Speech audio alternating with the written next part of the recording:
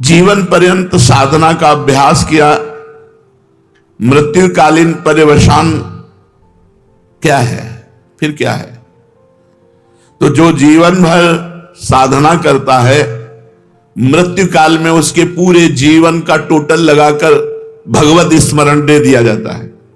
जैसे आप जीवन भर पाप किए हो, बीच में कुछ थोड़ा साधन पुण्य दान पुण्य, वो नहीं माना जाएगा, उसका भोग तुम भोगना, पर जीवन भर जो किया उसका टोटल लगा के भगवत विस्मरण तुम्हें करवाया जाएगा, क्योंकि तुम्हारी दुर्गति होगी। और जिसने भगवान नाम जप किया है तो उसको पूरे जीवन का आंकड़ा लगा करके कि इसमें अधिक क्या किया, तो बोले भजन, तो अंतिम समय भजन का स्मरण दो। तो जो भागवतिक अधिकारी हैं वो अंतिम समय उसको भगवत स्मरण दे देते हैं और उसको भगवत प्राप्ति हो जाती है। पूरे जीवन का आपका कार्य ही अंतिम परिणाम पर अवलंबित है। पूरे जीवन आप जो करते रहे वही अंतिम परिणाम में आपको चिंतन दिया जाएगा। वो अंतिम में आप चिंतन नहीं करते, वो दिया जाएगा। छा गया भगवत चिंतन, या भूल गए भगवान को, छा गया संसार का कोई चिंतन, ये पूरा टोटल तुम्हारे पूरे जीवन का टोटल होगा। मृत्यु के समय 1 सेकंड में पूरा आंकड़ा फिट कर दिया जाता है।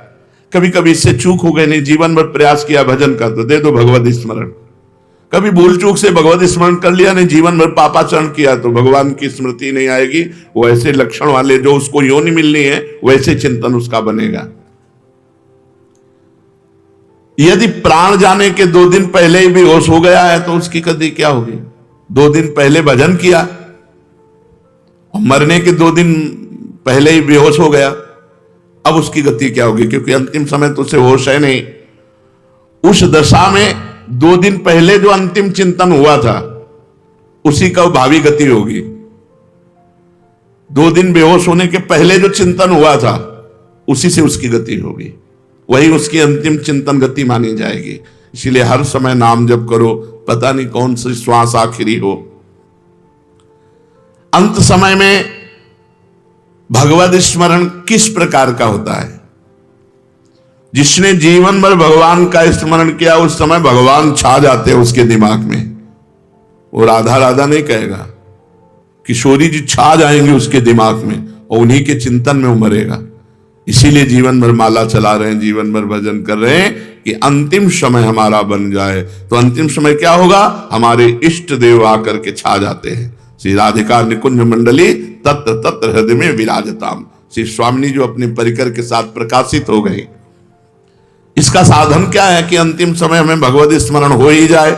संपूर्ण जीवन निष्पाप और भगवत चिंतन परायण रहो। संपूर्ण जीवन निष्पाप, कोई पाप करने की चेष्टा ना करो और खूब नाम जप करो, तो अंतिम समय प्रिया प्रीतम तुम्हारे दिमाग में छा जाएंगे। संपूर्ण जीवन भजन में लगाए तो सांसारिक कार्य कैसे करें? जागतिक कार्य भी तो हैं, व्यापार है, नौकरी है, और भी सब कार्य हैं। आप कहते हो हर समय भजन करें तब अंतिम समय, तो कैसे संभव हो सकता है? स्वकर्मणा तमभ्यर्च्य भगवान ने आदेश किया। भगवान के आदेशानुसार आप चाहे जहां जो भी कार्य कर रहे हैं धर्मयुक्त, वो आपकी पूजा मानी जाएगी। आप ऑफिसर हो, आप जज हो, आप वकील हो, कुछ भी हो, आपका जो कर्म है वो निष्पाप होना चाहिए। वो धन के निमित्त से दोष को छुपा करके निर्दोषी को दंड दे दे, अपराध बन गया, पाप बन गया। आप अपने धर्म से चूक कर लिए, घूस लेकर के अपराधी को छोड़ दिया और निरपराध को दंड, आपसे पाप बन गया। व्यापार आप कम तौल रहे हैं, ज्यादा दाम ले रहे हैं, आपसे अपराध बन गया। नहीं तो स्वकर्मणा तमभ्यर्च्य, आपका स्वकर्म ही भगवान की पूजा बन जाएगी।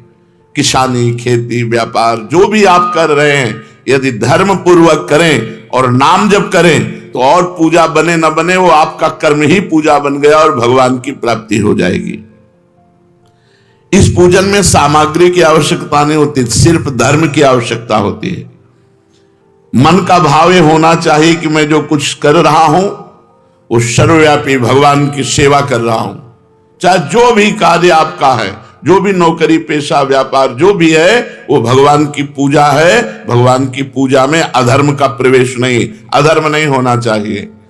तमभ्यर्च स्वकर्मणा, आप जहां हो धर्म के अनुसार आचरण करो, सब बात बन जाएगी। अनंत ब्रह्मांडों का अधिकारी सबको देख रहा है, सबको देख रहा है। आज तुम कर लो मनमानी, पद मिला है, और जब वो तुम्हारे मनमानी का हिसाब करेगा तो फिर तुम झेल नहीं पाओगे, चाहे जो कोई हो, नहीं झेल पाओगे। बड़े बड़े को फैलते हुए देखा है। इसलिए स्वकर्मणा तमभ्यर्च, आपको जो पद मिला है, आपको जो सेवा मिली है, आपको जो अधिकार मिला है, वो भगवान की पूजा है। बहुत होश से करना, उसमें घूस लेना, अधर्म आचरण करना या गरीब को सताना, निर्दोष को सताना, ये बड़ा भारी पड़ेगा। दुखिया को न सताइए, दुखिया देगा रोए, और जब दुखिया के मुखिया सुने तब तेरी गति का होए। भगवान ने गीता जी में कहा है, अपने कर्म को ही पूजा मानो और नाम जप करो। कोई आपराधिक कानून के विरुद्ध आचरण आप मत करो, नहीं तो आज आप पदाधिकारी हो, जब आपका कर्म आपकी बुद्धि को भ्रष्ट करेगा तब आपका पद भी चला जाएगा, आप भी दुर्गति को प्राप्त होंगे।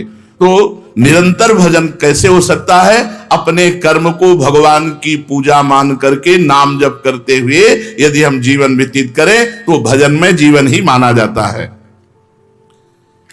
एक भक्त का सारा जीवन श्रद्धा भक्ति जप तप व्रत आदि से बीतता है, लेकिन उसे महारोग है, अंतिम समय में बहुत विपत्ति में मरा।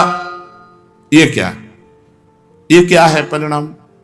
एक भक्त है जो पूरे जीवन भजन करता है और उसको महारोग, असाध्य रोग और विचित्र प्रकार की विपत्तियां देकर के उसका अंतिम समय पूरा हो, भारी कष्ट देकर। ये क्या है?